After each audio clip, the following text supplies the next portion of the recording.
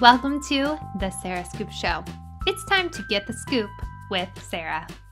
Hi, everybody. My name is Andrea Brooks. I play Faith Carter, and I'm here to talk about some exciting news about season 8.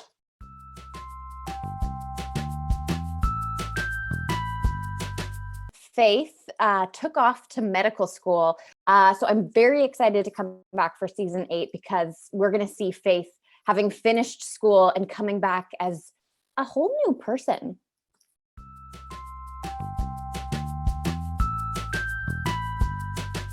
So over the years, Carson and Faith have had this interesting dynamic where they were work colleagues. She kind of brought out the best in him early on because she recognized that he was holding on to some secrets. And then they have this fantastic working relationship. It turned romantic kind of unexpectedly, and they had to figure out how to deal with that. So this is a very layered dynamic. And over the seasons, Carson wanted to push Faith to be the best that she could be. So when it came time to making a decision about medical school, when it came time to reconnecting with her father, who she was estranged from, he was always championing her and pushing her to make the right decisions for herself. And now, of course, we're going to see Faith in season 8 returning from medical school with a wealth of knowledge behind her, a bunch of new experiences, having been in a big city. And they're going to have to confront things once again, which is what's been kind of fun about this relationship. It hasn't been straightforward, and the path has not always been smooth. And I really like that about these characters.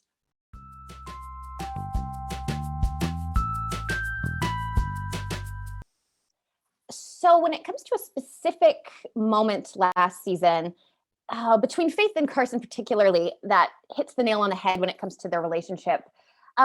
It's tough because I don't always watch the show. I think a lot of actors in my position share this with me. It's hard to confront what you've already filmed because you have a certain memory of the way that you performed, and then sometimes you see it and beats are found in the edit, or things are removed or changed or whatnot.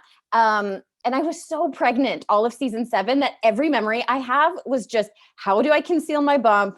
What am I doing? I'm so tired. I'm so thirsty. So that's my memory from season 7 was just pregnancy across the board. But particularly, I think there were some really wonderful moments between Faith and Carson in the Christmas movie, which actually happens to be the last thing that I shot before my maternity leave, because we don't always shoot this show in order. We often, when there is a Christmas special, we shoot that sometimes in the middle, sometimes at the end, sometimes closer to the beginning. And for us, we shot that. That was my last. But some of my favorite moments between Faith and Carson happened to be from the Christmas special, where they were trying to connect with one another, but they just weren't on the right path. And they finally come together at the end of the episode. They have that reunion in the barn, and it's just like this sigh of relief that they've found each other. And I remember that feeling pretty special. And that was also the very last scene that I filmed before my maternity leave. When we finished that scene, I walked out of the barn, and Aaron was there with a big bouquet of roses for me, and everyone applauded, and I was done. So that scene is special to me for a variety of reasons.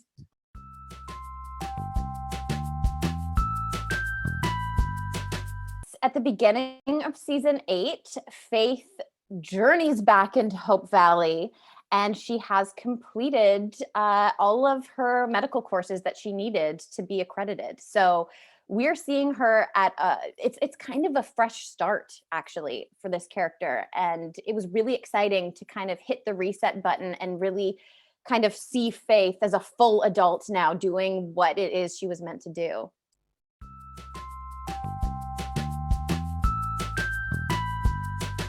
The pants. The pants are, that is one of my my favorite aspects of the season for Faith. I was elated when I heard that Faith was going to have a little bit of a wardrobe change this year, because she's modernized. She was in Chicago. She was learning. She was working with some of the best minds in medicine, and she comes back with newfound energy because of that. And it was our new showrunner, Mr. John Tinker's idea.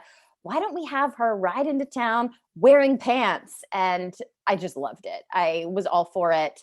And there's a storyline that comes along with it, and it's pretty good.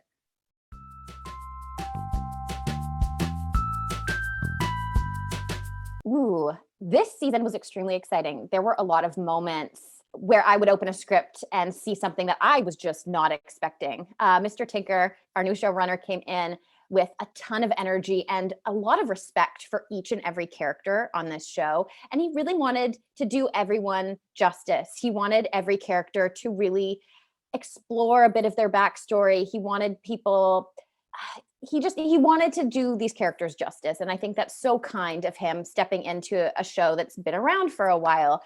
But one of the great things about Mr. Tinker is his writing is different in a fantastic way. Each time I'd get a script, I would blow through them, just worried about every character and really wondering what's going to happen. He's really great at hooking people.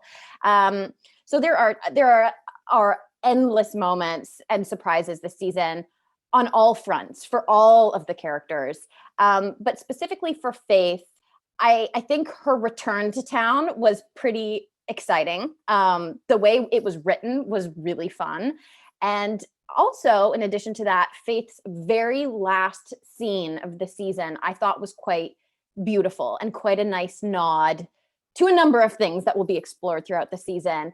And it's gentle and kind and interesting. And those are my high points coming in, and the very last scene as well.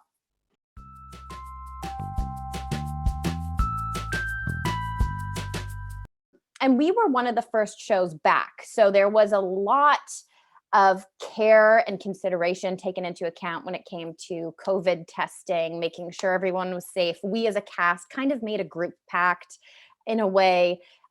We wanted everyone to stay healthy, and we wanted our show to continue. We didn't want to have any shutdowns. So everyone took the precautions very seriously. Everyone took testing very seriously, and we sailed through the season wonderfully. The only casualty of the season was the Christmas special that had to kind of shift because of, well, for a variety of reasons. And on the upside, we did get 2 extra episodes. So I kind of loved it because the Christmas special always sits as a standalone in its own way. And then we kind of jump forward into a season of 10 episodes. But because we had 12, there was a little bit more time to kind of distinguish the arcs for each character. And that was a lot of fun. I really feel like this show could do with a number of extra episodes. I know that's something that we as a cast and the fans have been talking about, and it really is nice because with 10 episodes, everything's condensed. You have to kind of shorten everything. You really get the time to breathe and explore character arcs the more episodes you get. So that was really exciting.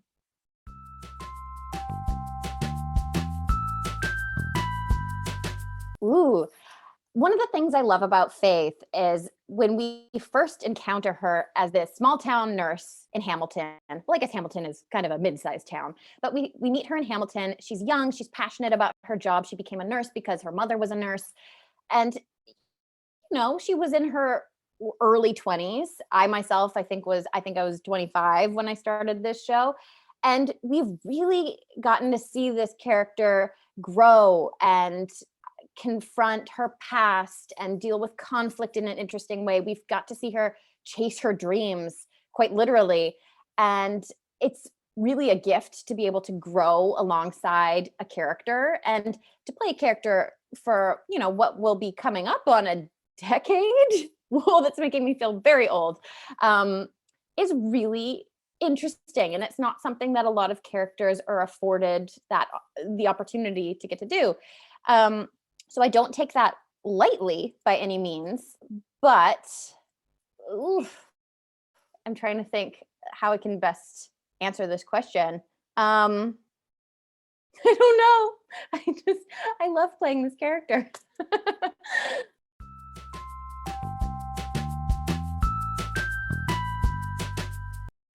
First of all, when it comes to Team Lucas, Team Nathan, I decided last year, because I get asked this question all the time in almost every interview, I decided that I would flip flop. So I'd say Team Nathan, and then I'd say Team Lucas, then I'd say Team Nathan, Team Lucas, Team Lucas.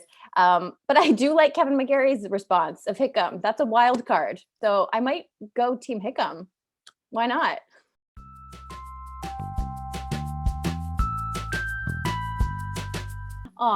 Working with Paul is always so much fun. I really appreciate how he likes to keep things lighthearted. He always has his guitar. He loves to discuss a variety of topics behind the scenes. And he's super light and super fun. And we have been working together for a number of years now. And you get comfortable with each other where you don't have to have in-depth discussions about things. You just kind of know. He knows what choices I'm likely going to make. I know the choices that he's most likely going to make. And it's just kind of like playing music. You just feed off each other. And I feel lucky because of that. He's a wonderful person, and our journey's been really fun so far.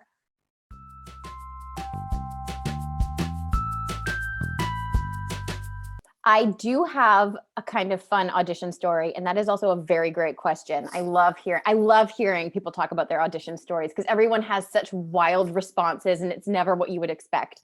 So I, along with most Canadian actors, heard about When Calls the Heart when it came to town, when it came to Vancouver, and it was exciting because it was a period project. So anytime there's something time period, I don't know, I myself always I'm always on alert because I love time period. It's always been my dream to work on something like When Calls the Heart, something especially in the early 1900s. It's a time period that I'm very interested in, always have been. So I heard about this show, and I remember having a discussion with my agent. I was like, ooh, if there's anything, let me know. I'll read for any role. This is really exciting. And then sure enough, that season, I got a call to read for Elizabeth's sister. And I went through that audition process. I went pretty far. I got to the point where I got a phone call saying, hey, are you prepared to dye your hair? And I was like, oh my goodness, am I prepared to dye my hair? I don't know. And then it didn't end up working out for whatever reason. I wasn't the first choice, and that went away. So I remember thinking like, oh, shoot, maybe next time. And then it was either end of season 1 or beginning of season 2. I can't quite remember. Whenever Clara's character comes to town, I read for Clara, which I had to remind myself. I always remembered I auditioned for Julie. And then I was like, I think I read for something else. So I actually went back in my email inbox and searched this a while ago, and it was Clara. I read for Clara again, which is always a good sign. If you read for a character for a show and then they ask you to come back again, that usually means like, oh, they at least like you. You've passed one of the many tests. Read for that, obviously. That didn't happen. And then I remember being in Los Angeles during season 2, and I got a call saying, hey, can you come in to read for this new character, Nurse Faith? And I was out of town. So I was like, oh no, can I put it on tape? And then it's like, okay, we'll check. They checked in. They're like, okay, yeah, throw something on tape. And I was staying at a friend's house. I didn't have any equipment with me. She was actually working in Atlanta at the time. So she had this apartment with nothing in it. And I remember I had my laptop. I didn't even have lights or anything. She went out to get her hair done. So I was like, okay, I'm going to record this audition on my MacBook with no lights, and the audio is going to be terrible. And it was. And I think everything was even reversed because that's the way that MacBooks record. It was a disaster, but I was pretty desperate. I was like, I really want this role. I recorded the lines, the opposite lines on my cell phone and played it. Like, this was not a professional audition at all. And I was surprised my agent even sent it through. But the scenes were very well written. I remember that. And I remember the scenes that I auditioned with ended up being pretty much the scenes that you see at the end of season 2 with Faith and Jack. And I read them, and then I got the call the next day saying, get back to Vancouver, let's do this. And that was that. And I think at the time, I think the role was described to me as 2 episodes with a possibility of recurring. So anytime you hear that as an actor, you're like, ooh, I better do a good job because maybe they could bring me back one day. They didn't know. It was a 2-day or 2 episode guarantee, and that was it. And I remember being on set, and everything went so well. Working with Daniel Lissing was so fun. Working with Martin Wood, who directed those 2 episodes, he still directs a lot of our episodes. He was great. Just the stars kind of aligned, and I had so much fun. And I remember the scenes working well, I thought, which I'm usually pretty critical of myself. And I almost always walk away thinking like, oh, I could have done better. That wasn't great. But I remember walking away thinking that was a really positive experience. And then sure enough, season 3, we got the call saying, hey, we want you to move to Hope Valley. So that's the story. Look at what's happened. It's you never know. This industry is so interesting.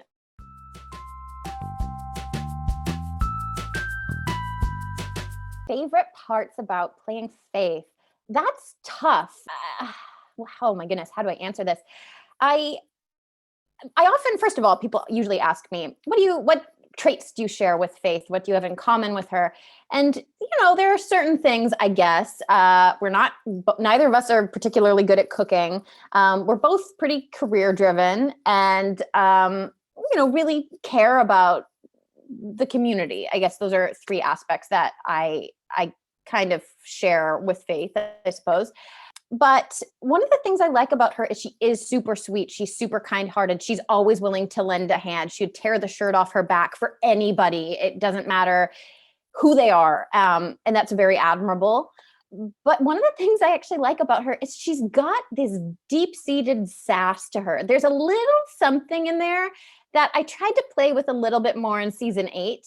But there's that moment when she locks Rosemary out of the room when she's tending to Lee in season 3, I believe. Like, she has little moments where she has like this funny little sass to her that shines from time to time. Of course, she takes her job very seriously, and she would never let that get in the way by any means. But there's something there that is quite fun to play with when the time is right. And I remember having this discussion with John Tinker, and he took note of that as well. So it is kind of fun to have moments of sass, and maybe you give a little bit of advice, or you kind of twist something and with a smile on your face. And she has that ability. That is, I think, who she is deep down. But again, she's very sweet and professional and hardworking, and that, of course, layers over top of that. But she's dynamic and a lot of fun to play.